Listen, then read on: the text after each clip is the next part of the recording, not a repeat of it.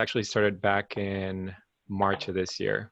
So we named our Kaizen group PM processes at the beginning of a job, which is this title over here. And we made it our goal to try to identify all of the essential tasks required in a project at the beginning stages. So we began with a problem statement that simply read like this: overlooking important tasks during the project setup phase causes defects to be passed downstream. Pretty basic. So with this in mind, we knew for a fact that there was variation in the workflow and that processes or ways of doing things vary from project manager to project manager.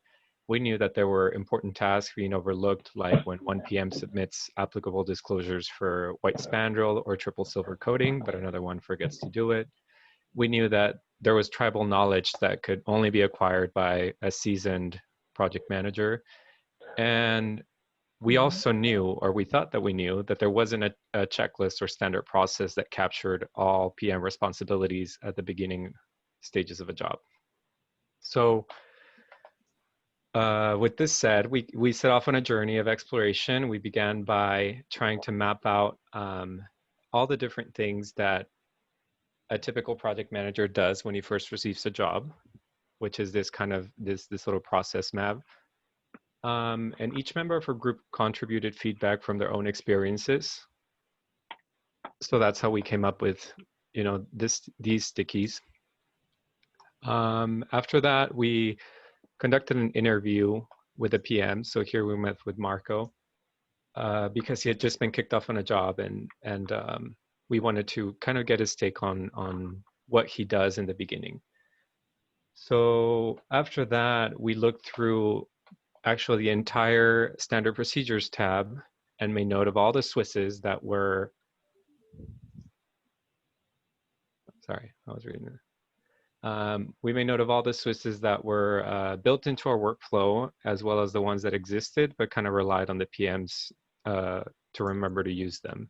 So here's that list of all kind of the Swisses that we have, but weren't really part of our workflow. So when doing this, it was only then that we came across a forgotten Swiss, which is called the new project checklist. We saw that it had a lot of useful content, and we decided that it would become the foundation on which we would kind of build our goal of capturing all the important initial tasks. So we proceeded to actually do a thorough PDCA of the Swiss and integrate within it all the steps and or Swisses that weren't presently part of our workflow. We hope that the new and improved new project checklist will become a tool to get us jump started on a job and set us up for success.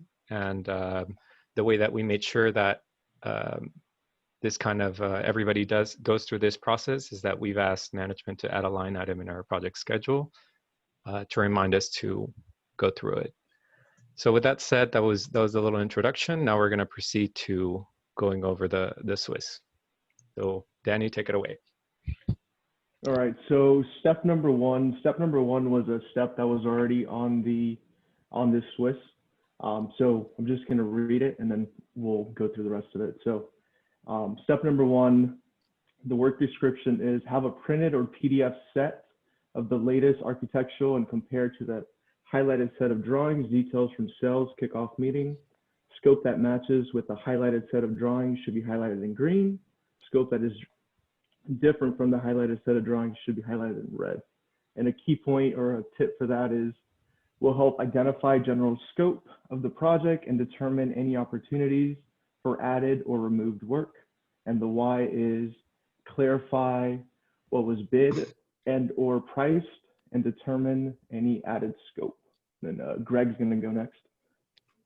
Okay, number two is we fill out the new project checklist, also known as a project matrix for the project, and save under the project management correspondence folder. There are several Swisses besides just the ones we have listed here, so just make sure you go through all the Swisses that we have in the portal. Make sure you capture all the ones, all the stuff that's in there. We're going to review the specification, architectural drawings, highlight details of the OST, proposal drawings, and sales folder. Have full understanding of what scope is being covered in the project. Lock in the vendors that have been quoted for the project. Identify any special warranties or metal for glass and metal. for finishes. And there's a couple of links. And you can see the project matrix there. Or we can go to the next one. It actually kind of shows it now. It kind of looks like where you start from. Give you some ideas.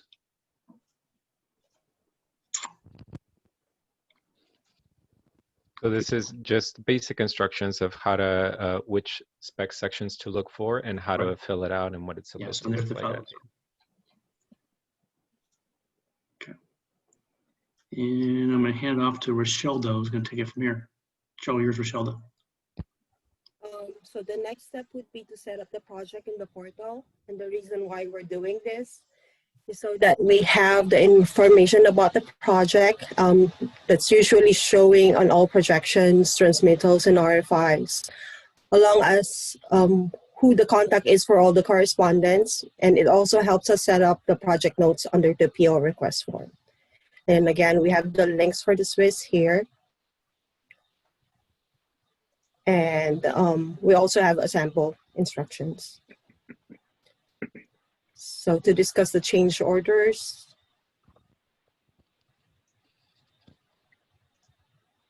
I have Brian presenting. Okay. All right. So when we were doing our process map, we were identifying, some problems and or things that were missing. So this new step is completely new to the Swiss. So we're asking the PMs now to, when you get a new job, to create change order quotes for all the alternates that are listed in your bid proposal.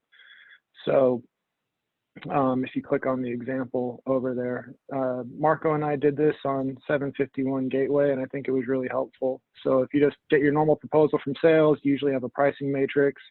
On this particular job, there were 5 or 6 alternates.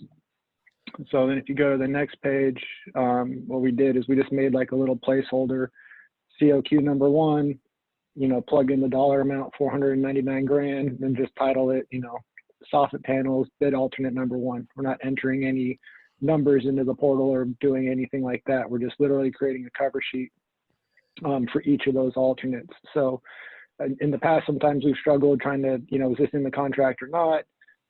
Sales is handling it. Should we be handling it? So we thought this would be a good way to kind of make it visual or make it visible for everyone. It's going to show up on your IAL right away, so that now the PMs are kind of taking more control of the pricing. Is this in the contract? Is this accepted? Is this still pending? And then, since it's a bid alternate, if it gets accepted, you can just talk to sales and have them give a pink sheet to Raquel. So you don't really have to futz with the numbers in the portal. And then Travis actually did a nice job with this also on, you can do it with ROM pricing too. If you're going to design meetings and or they're giving new drawings and you keep on pricing things. You can also make little placeholders there, and attach letters if sales is involved, helping out with that too. So hopefully that'll help things moving forward. And the next step is Gabriel. So for step number 5, I know it sounds a little bit redundant, but we say create a project schedule and link it to the portal. At this point, if you probably already have a schedule because that's what prompted you to open this form, but we decided to keep this step because it's gonna serve kind of as a reminder to use actually the step number 2 in making sure that you have every single item on your schedule. And attached is just a Swiss of how to create a great schedule. And it actually says, make a list of all the items that you have, make sure that they're integrated there. So the idea is to use the project matrix as a back check for that. Step number 6 is create and submit RFI number 1 design criteria. And the why is to confirm our curtain wall design assumptions are compatible with the building structure. And we've attached the RFI number 1 Swiss for this. I actually forgot to swap this one out. So an important note, the reason why these are highlighted as well is because these Swisses are embedded into this form. So when they're updated, they necessarily won't get updated. So you just need to verify that you're going to use the most up-to-date information. Now, moving on to step number 7, we have Danny once again. So step number 7 is a new step for the Swiss. So if you have a joint job with Precast or Interiors, you set up a meeting to discuss the IL, customer correspondence, and you schedule a weekly coordination meeting.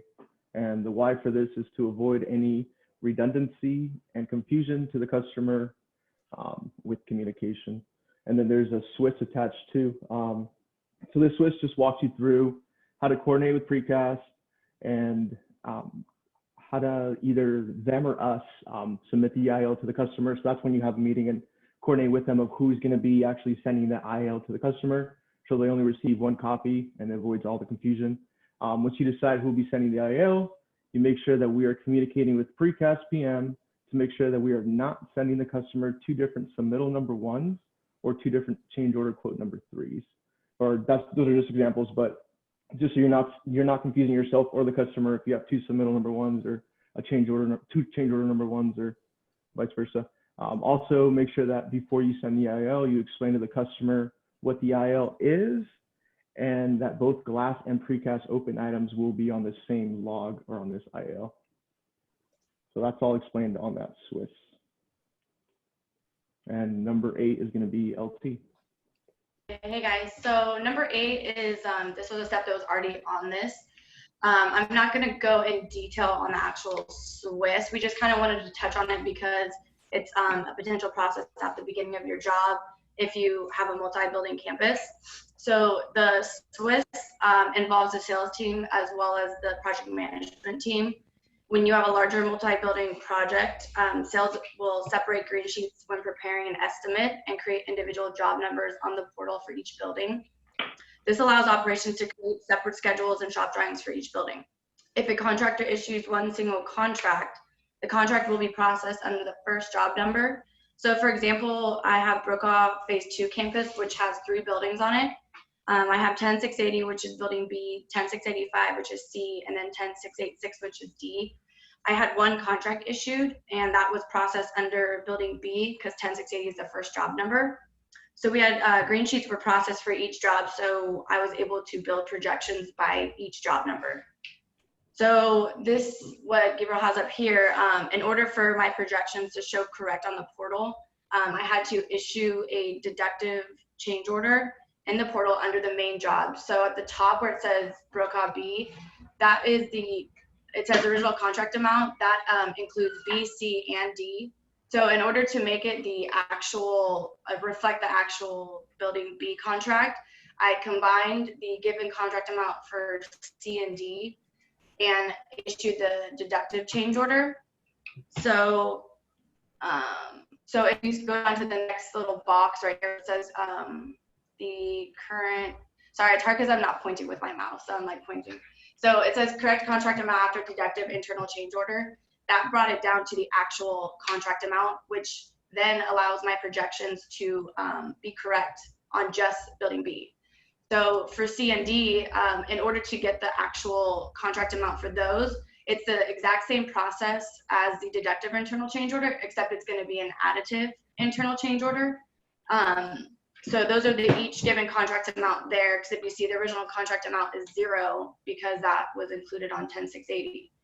So the main thing to remember when you're writing these is in the description, you have to say hashtag contract override with no typos, because that's what actually gets it to trigger and work correctly.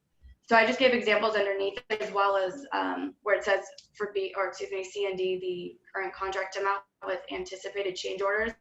That's going to be the actual contract amount. It's a little different here because I now have change orders and whatnot that went through, but originally it was correct. This was also goes into talk about the change order quotes, but we're not going to get into that because it's still we're still kind of figuring some stuff out on that. So step 9, I don't know. Gonna be Brian.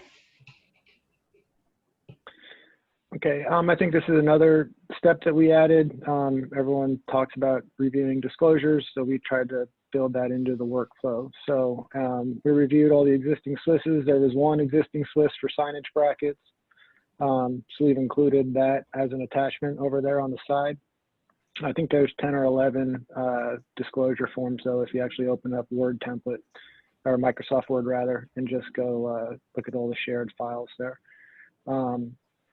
So not sure what you're sharing, Gabe. Sorry, I was trying to show all the different types of Oh, cool. disclosures, but Okay. we have a ton. Disclosure, Yeah. disclosure, So everything. yeah, everything's titled disclosure up front. I think there's 10 or 11 of them. So yeah, so you can check those out. And then one of the, I don't know if it's more complicated or whatever, but what is triple silver glass?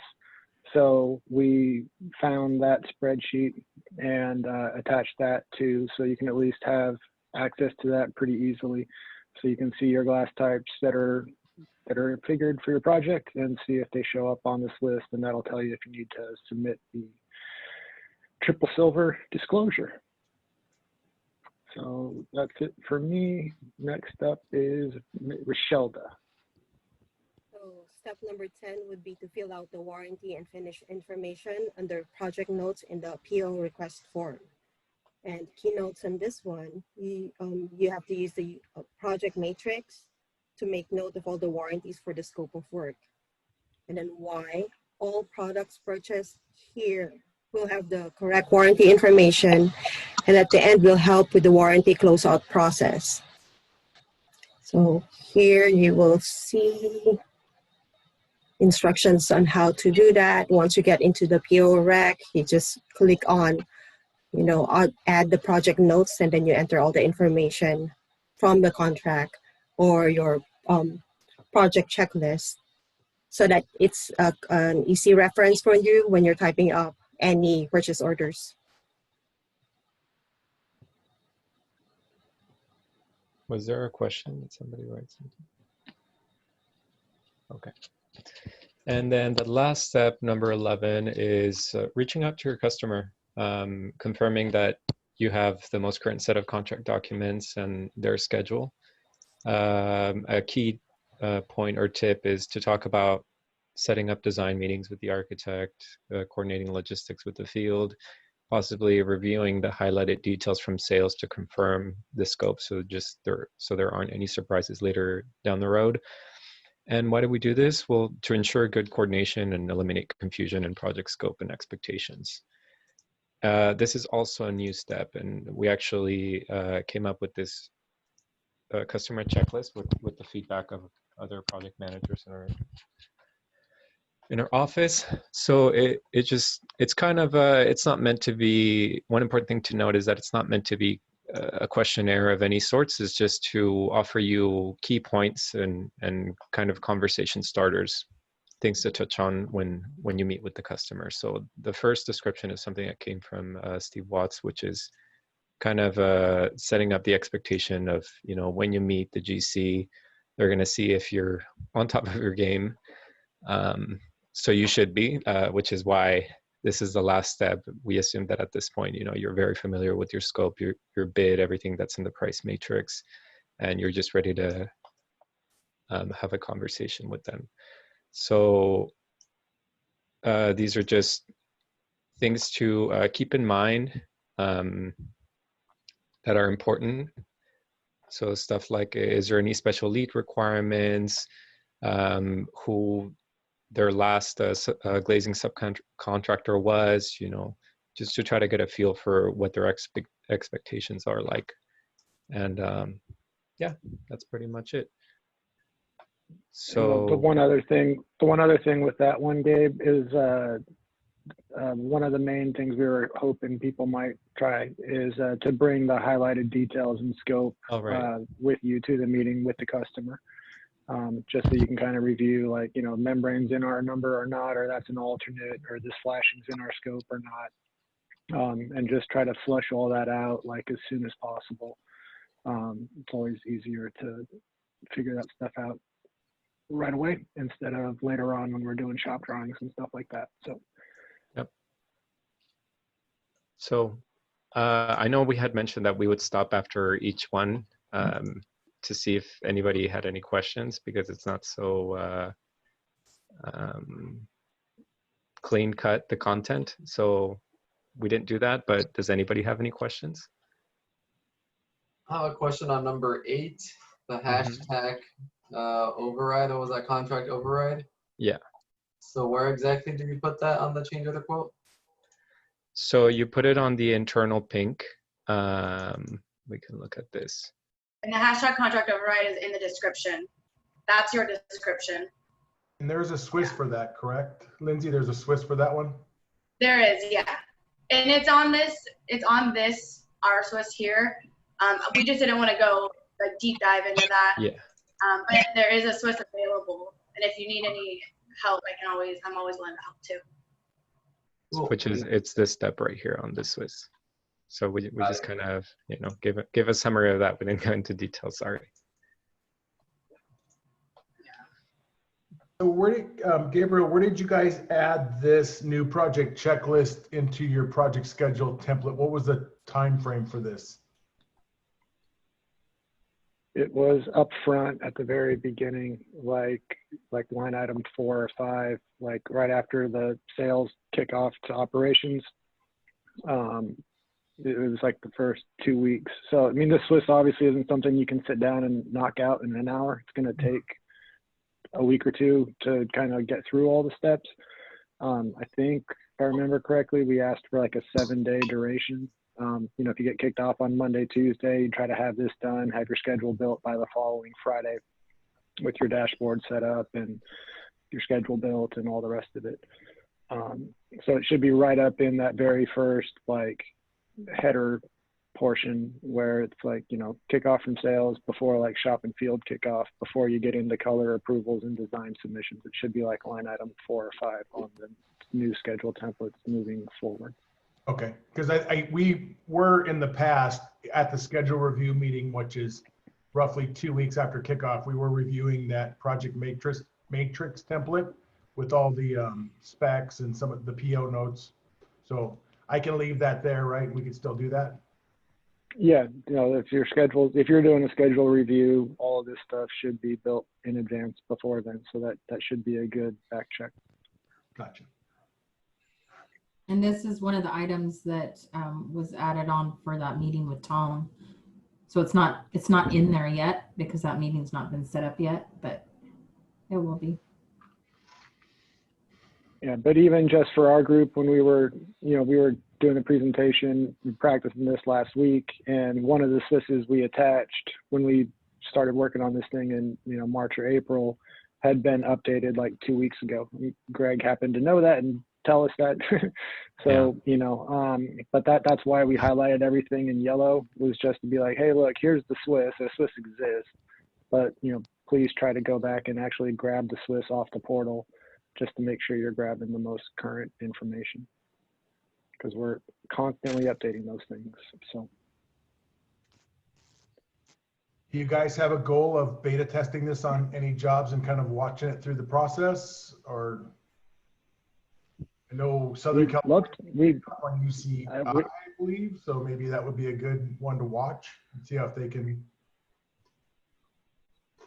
Sure. Yeah, we haven't had a.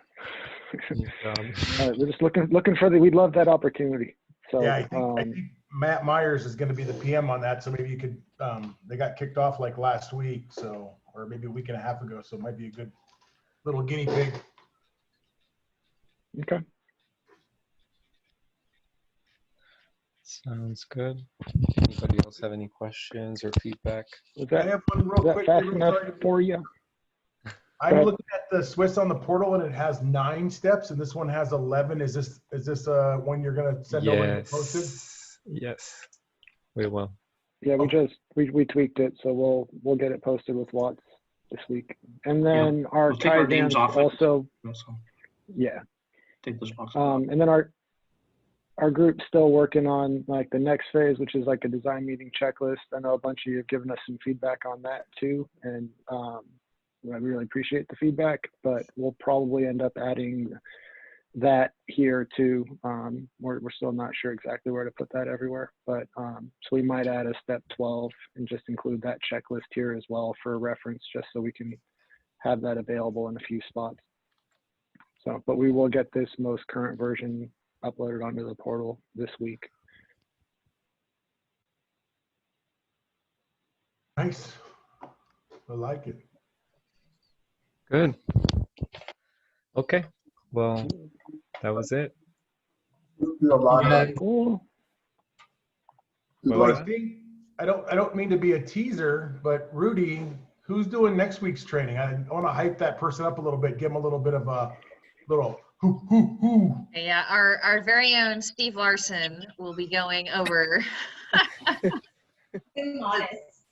Hey, just so we all know, I have one goal when I do my training, and that is every single person in my training class will talk. So expect to be microphones off and me catch you guys off guard and really see who's staying focused. I'm gonna have a quiz afterwards. So, oh my goodness, it's gonna be super fun. What is it about?